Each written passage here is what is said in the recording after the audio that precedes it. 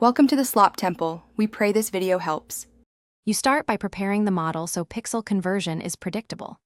First, freeze scale and pose. This makes lighting and silhouette stable. Then switch to orthographic camera and choose the final pixel resolution, 64 x 64, 128 x 128, or your target.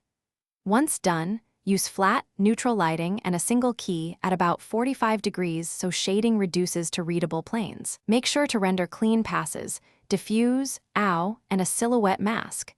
These give you precise references when you begin color reduction. Now bring those renders into your pixel editor with nearest neighbor sampling. This prevents blur as you scale.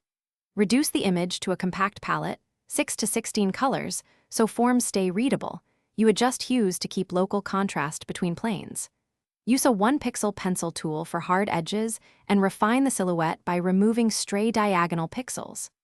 While cleaning, intentionally exaggerate key angles and highlights so shapes read at small sizes. Transition gradually from automatic reduction to deliberate. Finish by refining contrast and applying selective dithering where texture is needed, but keep flat areas clean.